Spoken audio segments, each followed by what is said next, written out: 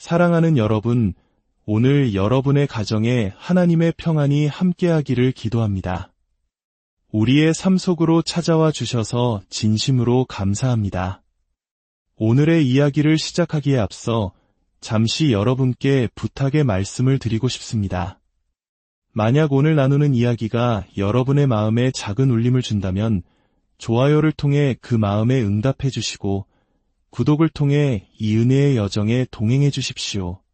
여러분의 작은 손길 하나가 어둠 속에서 빛을 찾고 있는 또 다른 영혼에게 하나님의 사랑을 전하는 귀한 통로가 될 수 있습니다. 이 귀한 사역에 동참해 주시는 모든 분들의 삶 위에 하나님의 축복이 가득하기를 소망합니다. 자, 이제 성경을 들어 함께 고백하는 시간을 갖겠습니다. 이것은 나의 성경입니다. 나는 성경이 말하는 바로 그 사람입니다. 나는 성경이 말하는 모든 것을 가질 수 있습니다. 나는 성경이 말하는 모든 일을 할 수 있습니다. 오늘 나는 살아계신 하나님의 말씀을 받을 준비가 되었습니다. 나의 마음은 열려 있고 나의 생각은 깨어 있습니다. 나는 이전과 결코 같지 않을 것입니다. 예수님의 이름으로 고백합니다. 아멘. 오늘 저는 여러분과 함께 두려움이 아닌 믿음을 활성화하는 법에 대해 이야기 나누고 싶습니다. 우리는 매일 선택의 기로에 섭니다. 한편에는 하나님께서 모든 것을 주관하시며 우리를 위해 가장 좋은 것을 예비해 두셨다는 믿음이 있습니다. 다른 한편에는 걱정과 비관, 그리고 최악의 상황을 상상하게 만드는 두려움이 있습니다. 많은 사람들이 이렇게 말하는 것을 듣습니다. 직장에서 해고될까 봐 두려워요. 이 결혼 생활이 끝까지 갈 수 있을지 걱정돼요. 우리 아이들이 엇나가지 않을까 무서워요. 그들은 자신도 모르는 사이에 믿음이 아닌 두려움의 스위치를 켜고 있는 것입니다. 사실 믿음과 두려움은 한 가지 공통점을 가지고 있습니다. 둘 다 우리 눈에 보이지 않는 무언가가 일어날 것이라고 믿게 만든다는 점입니다. 두려움은 우리에게 이렇게 속삭입니다. 내가 가진 병, 내 할머니도 똑같은 병으로 돌아가셨지. 너도 결국 그렇게 될 거야. 하지만 믿음은 선포합니다. 이 고통은 영원하지 않다. 잠시 스쳐 지나갈 뿐이다. 두려움은 말합니다. 사업이 점점 어려워지고 있어. 곧 파산하고 말 거야. 하지만 믿음은 고백합니다. 하나님은 나의 모든 필요를 채우시는 분이다. 두려움은 우리를 좌절시킵니다. 너는 너무 많은 상처를 받았어. 다시는 행복해질 수 없을 거야. 하지만 믿음은 희망을 노래합니다. 나의 가장 좋은 날은 아직 오지 않았다. 여기에 중요한 열쇠가 있습니다. 당신이 마음속으로 계속 되뇌는 것, 바로 그것이 당신의 삶에 뿌리내리게 됩니다. 만약 당신이 온종일 두려움 속에 살며 부정적인 생각들이 당신의 마음을 지배하도록 내버려 둔다면 당신은 그 두려움에게 현실이 될 권리를 부여하는 것과 같습니다. 성경 속 욥이 바로 그렇게 고백했습니다. 내가 가장 두려워하던 그것이 내게 닥쳤구나. 두려움은 당신의 믿음을 잘못된 방향으로 사용하게 만드는 교활한 적입니다. 당신의 믿음은 긍정적인 것뿐만 아니라 부정적인 것에도 똑같이 강력하게 작용하기 때문입니다. 예전에 저희 딸아이를 데리고 병원에 간 적이 있습니다. 의사 선생님은 아이를 진찰하면서 매년 찾아오는 독감철에 대해 이야기하기 시작했습니다. 그는 저는 매년 이맘때쯤이면 어김없이 독감에 걸려요. 라고 말했습니다. 저는 정말 매년 그러시냐고 물었습니다. 그는 네, 제 면역체계에는 그냥 자동적으로 설정된 것 같아요. 라고 대답했습니다. 그는 자신이 독감에 걸릴 것을 너무나 확신하고 있었고 마치 그것을 기다리고 있는 사람처럼 보였습니다. 몇 주 후 저희는 다시 아이 때문에 그 병원에 연락해야 했습니다. 그런데 병원 측에서는 이렇게 말했습니다. 오늘은 오지 마세요. 의사 선생님이 독감에 걸려서 출근하지 못하셨습니다. 여러분, 보십시오. 그의 믿음은 현실이 되었습니다. 그는 자신이 믿고 있던 것을 그대로 얻었습니다. 문제는 그가 믿음의 힘을 엉뚱한 방향으로 사용했다는 것입니다. 믿음이 선한 것을 가져올 수 있듯이 두려움은 악한 것을 끌어당길 수 있습니다. 당신이 걱정하고 최악의 상황을 예상하며 살아갈 때 그것은 마치 당신의 삶에 불행을 초대하는 것과 같습니다. 아, 이번에도 독감에 걸릴 것 같아 라고 말하는 순간 당신은 독감을 초대한 것입니다. 회사에서 잘릴지도 몰라 라고 말하는 순간 당신은 해고를 초대한 것입니다. 이제 그만 패배와 질병과 절망을 초대하는 일을 멈추십시오. 대신 승리를, 건강을, 희망을 당신의 삶으로 초대하십시오. 당신의 믿음을 올바른 방향으로 사용하십시오. 수년 전 저는 아주 잘못될 가능성이 높은 어떤 문제에 직면한 적이 있습니다. 그 문제는 몇 달 동안이나 저를 괴롭혔습니다. 아침에 눈을 뜰 때마다 가장 먼저 드는 생각은 이건 해결되지 않을 거야. 이 일은 너에게 온갖 고통과 슬픔만 안겨줄 거야라는 부정적인 목소리였습니다. 두려움은 그렇게 우리의 생각을 지배하려 합니다. 그리고 우리가 그것을 내버려 두면 밤에 잠 못 이루게 만들죠. 걱정과 스트레스에 시달리던 어느 날, 저는 하나님의 음성을 들었습니다. 크고 우렁찬 소리가 아니라 제 마음 깊은 곳에서 울리는 부드러운 음성이었습니다.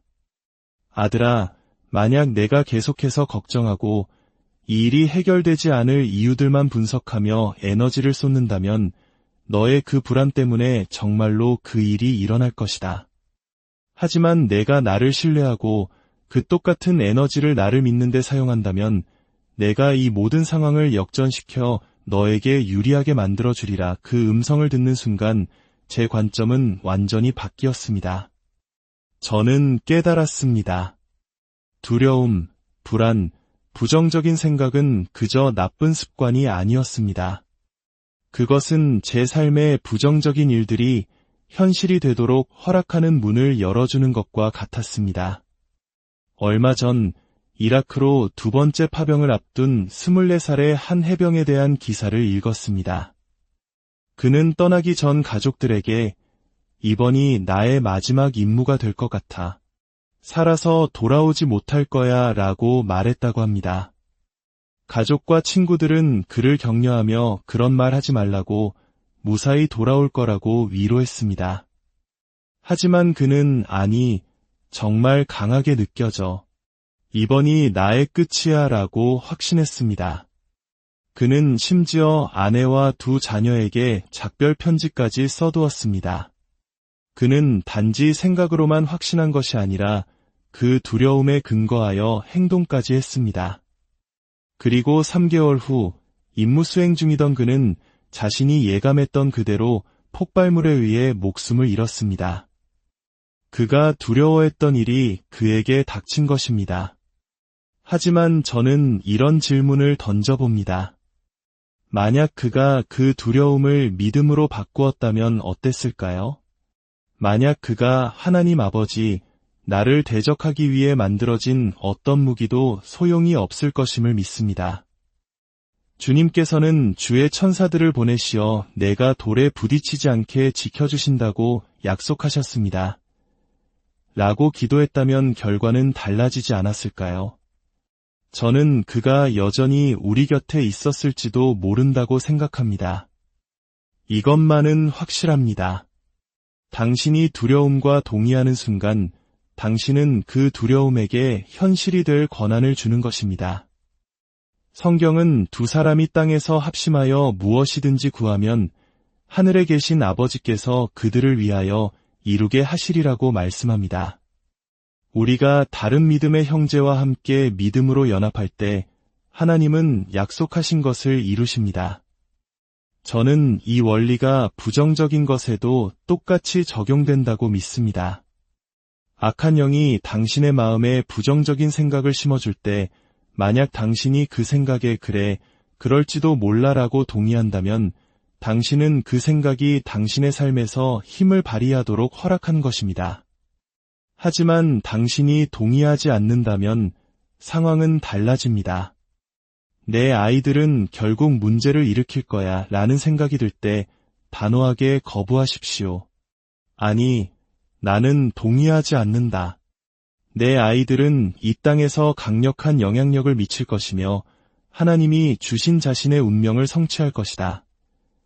바로 그 순간 당신은 두려움의 힘을 차단한 것입니다. 오늘 운전하고 나가면 사고가 날지도 몰라 라는 생각이 스칠 때 이렇게 선포하십시오. 나는 동의하지 않는다. 하나님은 보호의 울타리로 나를 둘러싸고 계시며 원수가 넘어올 수 없는 경계선을 그어주셨다. 그 병은 내 가문의 유전병이야. 너도 결국 그 병으로 죽게 될 거야 라는 속삭임이 들려올 때 이렇게 대답하십시오. 감사하지만 사양하겠소. 나는 동의하지 않는다. 하나님은 나에게 장수의 복을 약속하셨다. 핵심은 이것입니다. 당신의 삶에 찾아오는 두려움과 절대로 동의하지 마십시오. 당신이 동의하지 않는 한 그 두려움이 현실이 될 수 있는 유일한 방법은 하나님께서 허락하시는 것뿐입니다. 그리고 만약 하나님께서 허락하신다면 그것은 결코 당신을 해롭게 하지 않고 오히려 당신에게 유익이 되도록 역사할 것임을 믿으십시오. 저희 아들 조나단이 아기였을 때의 일입니다. 식당에서 식사를 하는데 한 노부부가 다가와 아이가 참 순하고 예쁘다고 칭찬을 했습니다. 그런데 그분들이 떠나기 직전 할아버지가 돌아서서 이렇게 말했습니다. 하지만 2살이 될 때까지만 기다려보세요. 아이가 완전히 다른 사람으로 변할 겁니다. 지금은 착하지만 곧 끔찍한 2살이 시작될 테니까요. 그 순간 저는 그분께 격려와 용기를 주셔서 정말 감사합니다 라고 말하고 싶었지만 대신 아내에게 이렇게 말했습니다. 여보, 나는 저 말을 받지 않겠어. 저 말에 동의하지 않아. 우리 영혼에 저런 부정적인 씨앗이 뿌리내리도록 놔두지 않을 거야. 그리고 우리는 선포했습니다. 우리 아들에게는 끔찍한 2살이 아니라 경이로운 2살이 될 것이다. 그리고 정말로 아들은 2살, 3살, 4살이 되어서도 아무런 문제가 없었습니다. 아이가 10살이 되자 사람들은 또 말하기 시작했습니다. 이제 10대가 될 때까지만 기다려봐. 진짜 골칫거리가 시작될 걸. 저는 그때도 동의하지 않았습니다. 그리고 지금 제 아들은 18살을 앞두고 있고 딸은 14살입니다. 저희 아이들은 지금까지 우리에게 어떤 큰 문제도 일으키지 않았습니다. 그러자 이제 사람들은 또 말합니다. 21살이 될 때까지, 40살 중년의 위기가 올 때까지, 75살이 될 때까지 기다려봐. 저는 결코 두려움, 의심, 절망과 동의하지 않을 것입니다. 저는 제 믿음을 활성화시키고 있습니다. 두려움이 아니라요. 만약 당신이 당신의 자녀들이 문제를 일으키고 당신에게 고통을 줄 것이라고 기대한다면 당신은 두려움에 믿음을 쏟아붓고 있는 것입니다. 그리고 그 믿음은 현실이 될 가능성이 높습니다. 디모데후서 1장 7절은 말씀합니다. 하나님께서 우리에게 주신 것은 두려워하는 마음이 아니요 오직 능력과 사랑과 절제하는 마음이니 여기서 절제하는 마음은 자기 훈련을 의미합니다. 즉, 우리가 생각하는 방식을 훈련하지 않으면 우리는 결코 두려움을 이기고 능력과 승리의 삶을 살 수 없다는 것입니다. 전쟁의 가장 중요한 최전선은 바로 당신의 마음입니다. 당신의 마음은 원수의 가장 중요한 공격 목표입니다. 원수가 당신의 생각을 지배할 수 있다면 그는 당신의 인생 전체를 지배할 수 있습니다. 얼마 전 한 어머니가 아들을 위해 기도해달라고 찾아왔습니다. 그녀는 목사님, 너무 걱정이 돼요. 우리 아들이 나쁜 길로 빠질까봐, 나쁜 친구들을 사귈까 봐 두려워요. 라고 말했습니다. 저는 아들이 이미 문제를 일으키고 있냐고 물었습니다. 그녀는 아니요. 아주 착한 아이예요.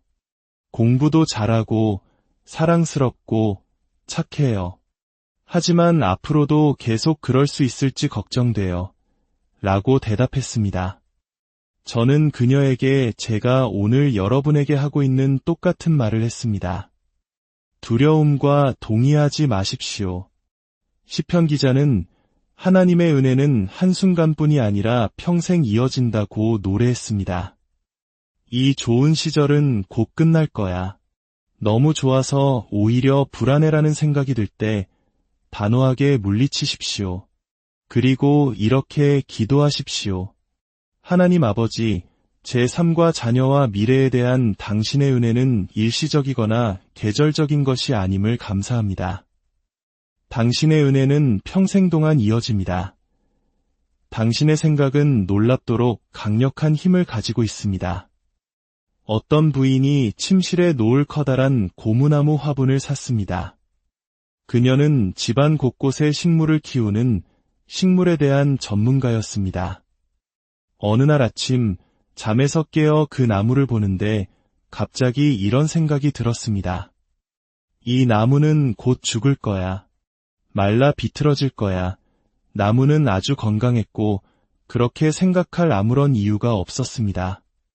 하지만 그 생각은 그녀의 머릿속을 떠나지 않았습니다. 결국 그녀는 남편에게 여보, 이 나무가 곧 죽을 것 같아요. 돈만 낭비한 것 같아 두려워요. 라고 말했습니다. 남편은 무슨 소리야? 아주 건강해 보이는데. 당신이 키우는 다른 식물들도 다 잘 자라잖아. 라고 말했습니다.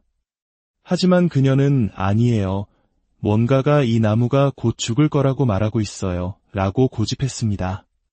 3주 후 정말로 나뭇잎들이 노랗게 변하기 시작했습니다.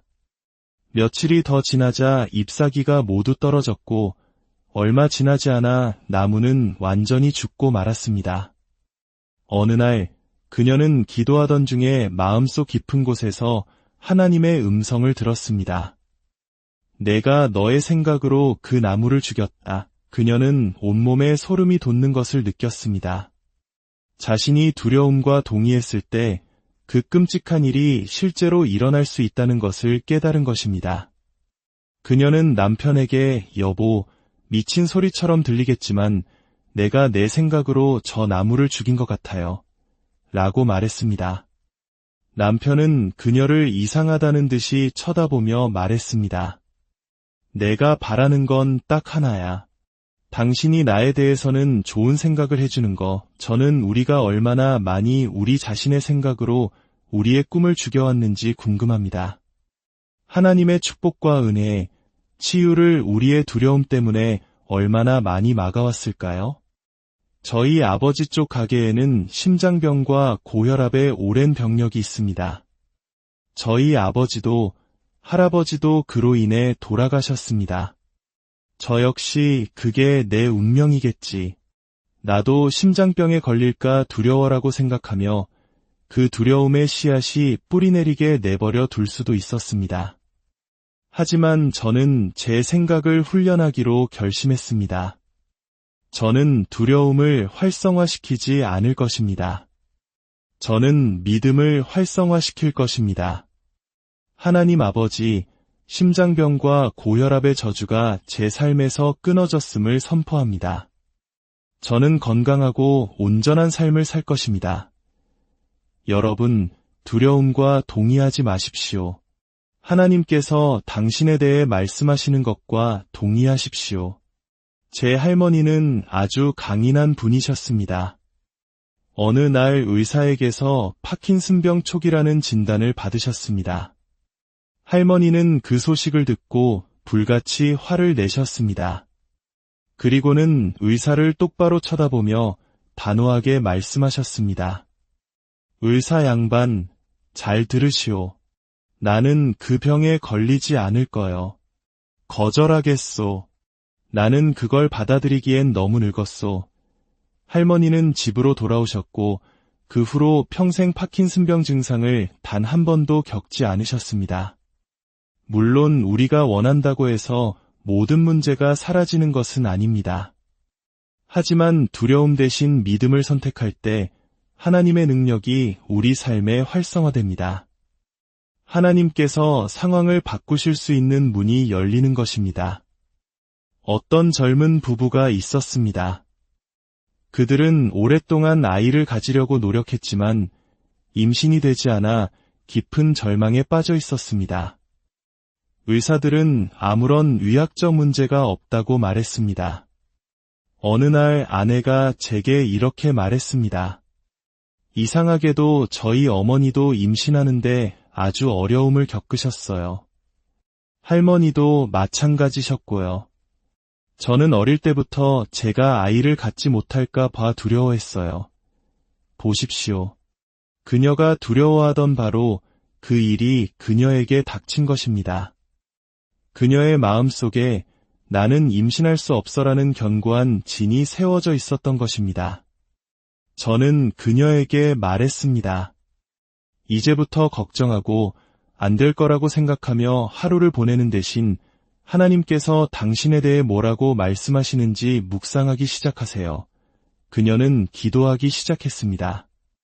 하나님 아버지, 주님께서는 제 태의 열매가 복되다고 말씀하셨습니다.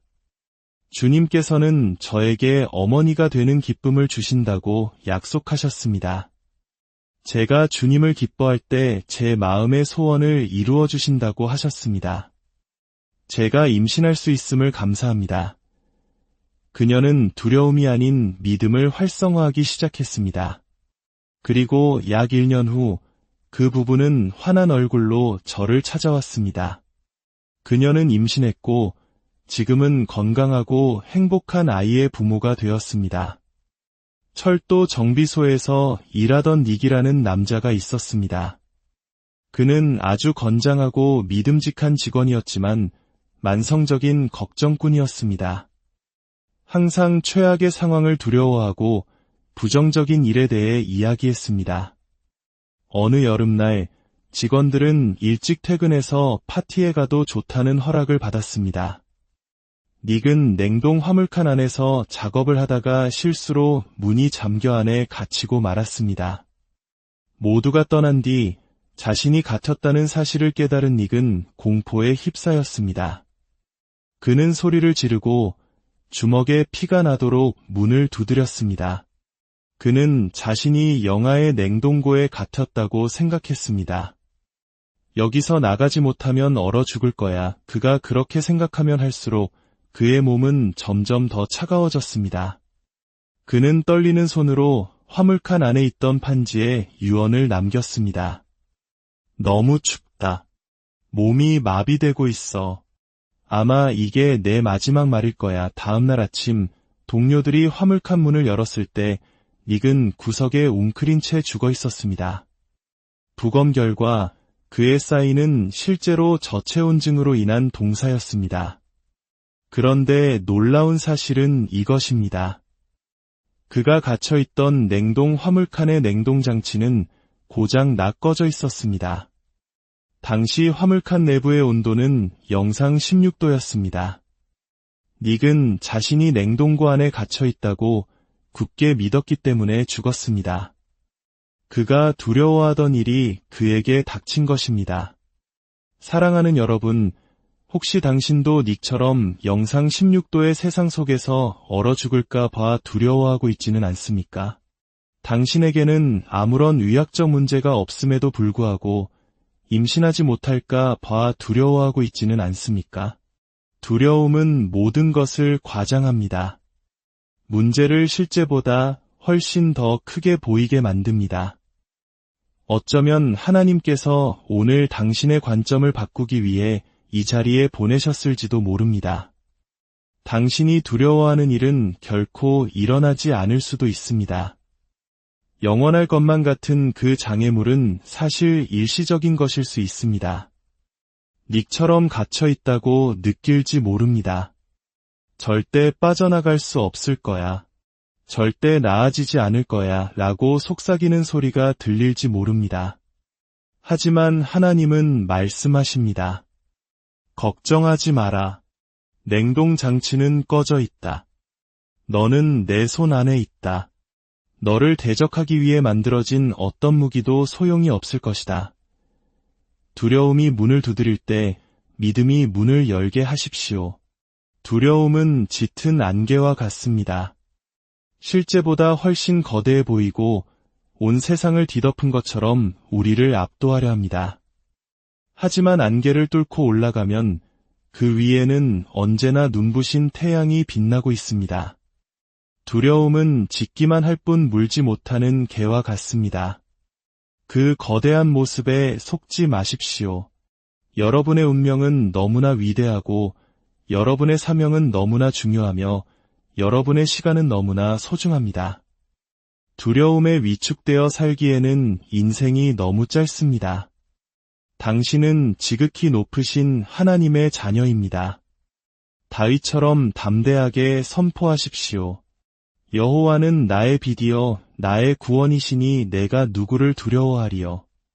여호와는 내 생명의 능력이시니 내가 누구를 무서워하리요. 우리가 두려워하는 것이 우리에게 닥칠 수 있다면 우리가 믿음으로 고백하는 것은 얼마나 더 확실하게 우리에게 다가오겠습니까? 하나님의 능력은 원수의 능력보다 비교할 수 없이 더 큽니다. 두려움과 동의하지 마십시오. 당신의 생각을 훈련하십시오. 당신의 믿음을 활성화시키십시오. 그러면 하나님께서 당신의 꿈을 이루게 하시고 당신의 삶에 놀라운 은혜의 폭포수를 쏟아 부어주실 것입니다. 모든 장애물을 이기고 모든 원수를 물리치고 마침내 하나님께서 창조하신 온전한 당신의 모습으로 서게 될 것입니다. 예수님의 이름으로 선포합니다. 만약 이 말씀을 받으신다면 다 함께 아멘으로 화답합시다. 오늘 이 시간 예수님을 당신의 삶의 주인으로 영접하기를 원하시는 분이 계시다면 저를 따라 기도해 주십시오. 주 예수님, 저는 죄인입니다. 저의 모든 죄를 회개합니다. 제 마음속에 들어와 주십시오. 예수님을 저의 주님, 저의 구원자로 영접합니다. 만약 이 기도를 진심으로 따라 하셨다면 당신은 새롭게 태어났음을 믿으십시오. 당신의 지역에 있는 건강한 교회를 찾아 신앙생활을 시작하시고 하나님을 당신의 삶의 최우선 순위에 두십시오. 그러면 하나님께서 당신이 꿈에도 상상하지 못했던